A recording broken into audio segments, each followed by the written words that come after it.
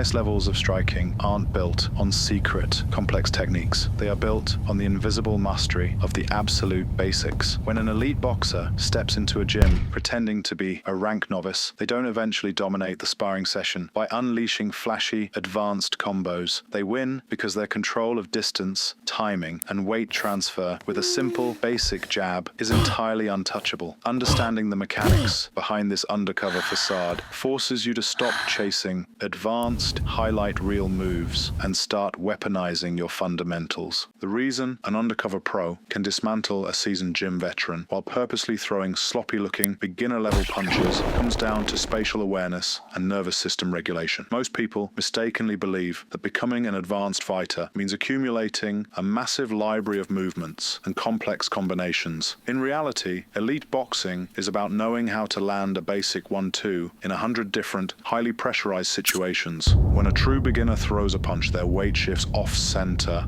their eyes widen and they broadcast their intentions by tensing their shoulders before the strike even begins. When the disguised elite throws that exact same unassuming punch, they are completely relaxed, perfectly balanced, and firing on the half beat precisely when the opponent is mid-step. They are manipulating the invisible space between the two of you. They aren't beating you with better moves. They are beating you with better processing speed and structural mechanics. To actually apply this concept and elevate your own game, you need to start sparring like an undercover elite yourself. This means actively stripping away your ego and intentionally limiting your offensive toolkit to the bare minimum, forcing yourself to rely entirely on timing and positioning. Next time you spar, pretend you only know day one techniques. If you are facing an opponent who is significantly faster than you, do not try to match their speed with wild counters or complex combinations. Instead, restrict yourself to just a lead hand and your footwork. When they step in to close the distance, you don't throw your jab to cause damage. You throw it strictly to disrupt their rhythm, just as their lead foot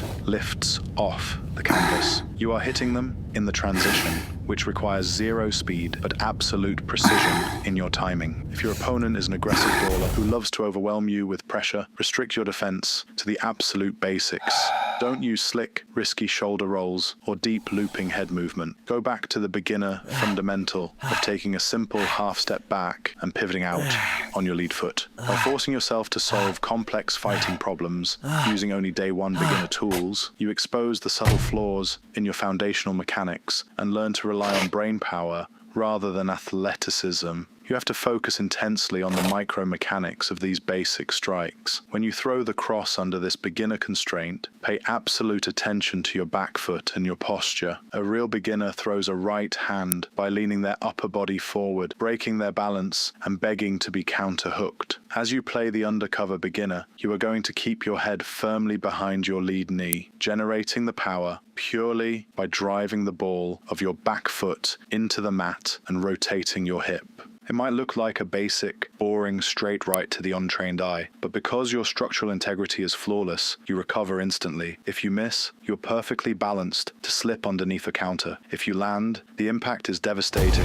because your entire body mass is aligned behind the knuckles without you having to lunge. You are hiding elite structural mechanics inside a totally unassuming package. Integrating this into your everyday routine requires dedicated, constraint-based training. You need to assign specific rounds on the heavy bag, and in sparring, where you are strictly forbidden from throwing anything other than straight punches and using basic stepping footwork. Combine this approach with your shadowboxing routine by dedicating the first 3 rounds entirely to moving in your stance without throwing a single strike. Just track an imaginary opponent, control the range with your footwork, and practice being completely relaxed under the simulated pressure of a fight. True mastery in martial arts isn't a straight line upward into more and more complexity. It is a circle that brings you right back to the basics, but with a profoundly deeper understanding of how they work. By consistently practicing the art of stripping away your ego and fighting with the restricted tools of a beginner, you naturally develop the invisible elite traits of timing, balance, and distance control that actually win fights.